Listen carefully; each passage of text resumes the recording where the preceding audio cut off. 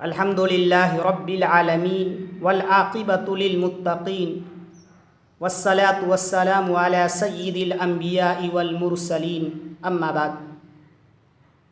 अस्सलामु अलैकुम व रहमतुल्लाहि व बरकातुहू।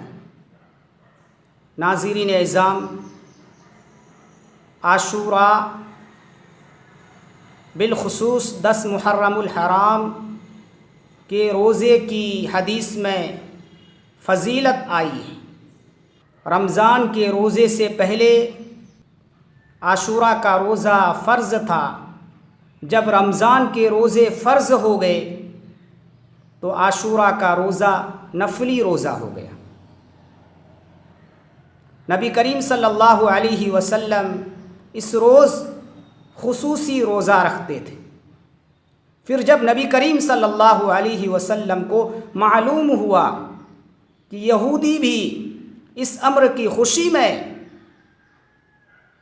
कि मूसा अलैहिस्सलातु वस्सलाम को फ़िरऔन से निजात मिली रोज़ा रखते हैं, तो आपने फरमाया कि आशूरा का रोज़ा ज़रूर रखो, मगर यहूदियों की भी मुखालफत करो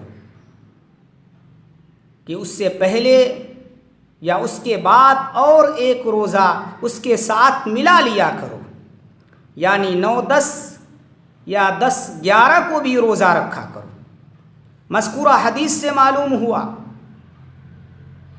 कि 2 रोज़ा रखना है, 9-10 मुहर्रमुल हराम को रखें या 10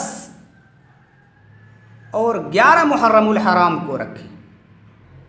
और जो शख्स आशूरा का रोज़ा रखता है तो आशूरा का रोज़ा 1 साल गुज़िश्ता गुनाहों का कफ़ारा है।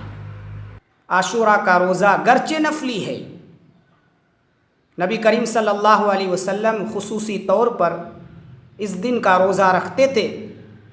आपने सहाबा को इस रोज़ा रखने की ताकीद भी फरमाई, तो हम आपको भी आशूरा का रोज़ा रखना चाहिए। और हदीस के अंदर आता है, जो शख्स मुहर्रम के एक दिन रोज़ा रखा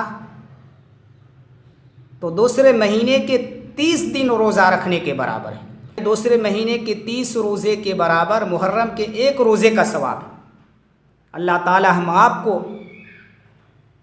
आशूरा का रोज़ा रखने की तौफ़ीक मरहमत फ़रमाए। व आखिरु दावाना अनिल हम्दुलिल्लाहि रब्बिल आलमीन।